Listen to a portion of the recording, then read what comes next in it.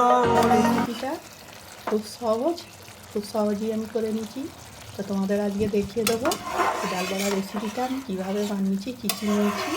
চলো আমি আজকে তোমাদের রান্নাটা করে দেখাচ্ছি। তার আগে তোমাদের কাছে একটা ছোট্ট অনুরোধ রইল, আমার চ্যানেলটাকে সাবস্ক্রাইব করবে, লাইক দেবে, শেয়ার করবে আর কমেন্ট করে জানাবে যে এই ধরনের রান্না খেয়েছো। যারা খাওনি তারা অবশ্যই একবার ট্রাই করবে। হ্যালো বন্ধুরা, কেমন আছো তোমরা? আজকে আমি এসেছি আরও একটা ভিডিও নিয়ে। তো আজকে আমি তোমাদের করে দেখাবো মুসুর ডালের বড়া কষা। তার জন্য আমি এখানে 1 বাটি মুসুর ডাল আগে ভিজিয়ে রেখে দিয়েছিলাম, ভালো করে ধুয়ে পরিষ্কার করে নিয়েছি। এখন এটাকে আমি একটা মিক্সিতে দিয়ে দেবো। এখানে আমি 6টা রসুনের কোয়া নিয়েছি, 2 টুকরো আদা নিয়েছি, 2টো কাঁচা লঙ্কা, 1/2 চামচ গোলমরিচ, অল্প একটু জিরে পাতা। এখন এটাকে আমি একটা পেস্ট করে নেব। তো এখানে আমি ডালটা মিক্সিতে দিয়ে পেস্ট করে নিচ্ছি। এখন এর মধ্যে দিয়ে দেবো স্বাদ মতো নুন। এটাকে এখন আমি ভালো করে মাখিয়ে নেব।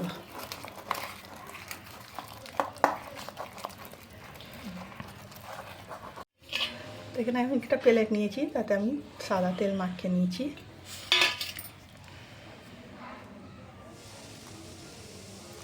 তো আমি ডালটা যেটা পেস্ট করেছি ওইগুলো ছোটো ছোটো এরকম বড়া বসতে দেবো এর মধ্যে। তো এখানে আমার বড়াগুলো বসানো হয়ে গেছে।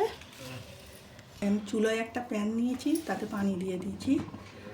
আমি পানিতে স্ট্যান্ড বসিয়ে দিচ্ছি। পানিটা আমার গরমও হয়ে এসছে। এর মধ্যে আমি এই প্লেটটা বসিয়ে দিচ্ছি। একটা ঢাকা দিয়ে এটাকে সিদ্ধ করে নিচ্ছি। তো এখানে আমার বড়াগুলো সিদ্ধ হয়ে গেছে, আমি চুলাটা অফ করে দিচ্ছি। এখন ঢাকনাটা খুলে টুটকাটি দিয়ে আমি দেখে নিচ্ছি। দেখতেই পাচ্ছ একদম হয়ে গেছে, এর সাথে কিছু আসেনি। এখন এটাকে না, তো দেখো আমার বড়াগুলো কতটা নরম হয়েছে। এখন এটা আমি রান্নায় যাব, ঠিক আছে। তো এখানে আমি একটা চুলায় প্যান বসিয়ে দিয়েছি, এতে দিয়ে দিচ্ছি সাদা তেল।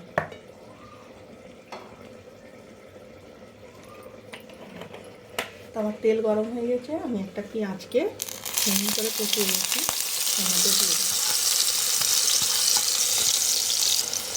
এখন আমি পেঁয়াজটাকে হালকা করে ভেজে নেব।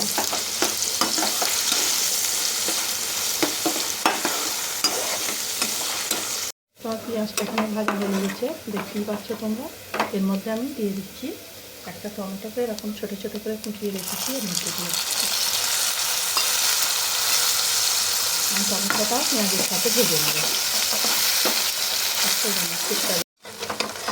তো এখানে আমার টমেটোটাও ভাজা হয়ে গেছে, আমি এর মধ্যে দিয়ে দেবো মশলা। হলুদ,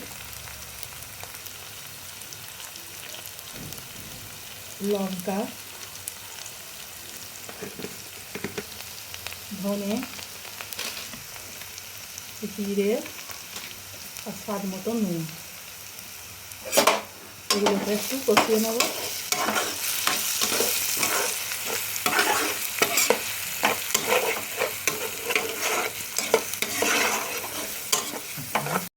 হয়ে গেছে, এখানে আমি দিয়ে দিচ্ছি অল্প একটু পানি।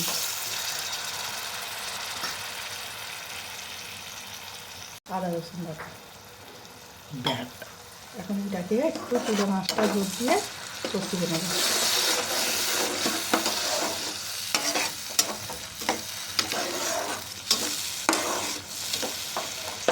এখানে আমার মশলাটা কষানো হয়ে গেছে, দেখতেই পাচ্ছ তেল ছেড়ে দিয়েছে।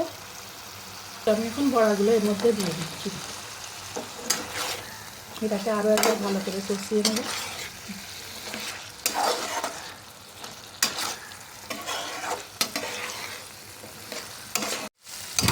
এখানে বড়াগুলো আমার মশলার সঙ্গে কষানো হয়ে গেছে, এর মধ্যে আমি এখন পানি দিয়ে দেবো।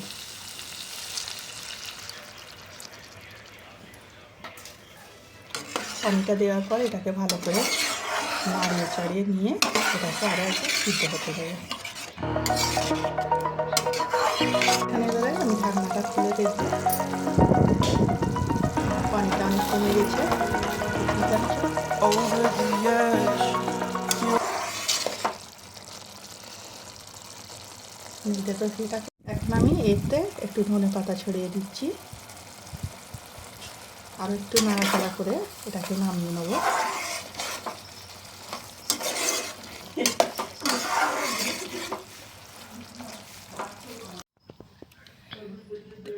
এই বড়ার রেসিপিটা গরম গরম ভাতের সঙ্গে অবশ্যই একবার ট্রাই করবে তোমরা।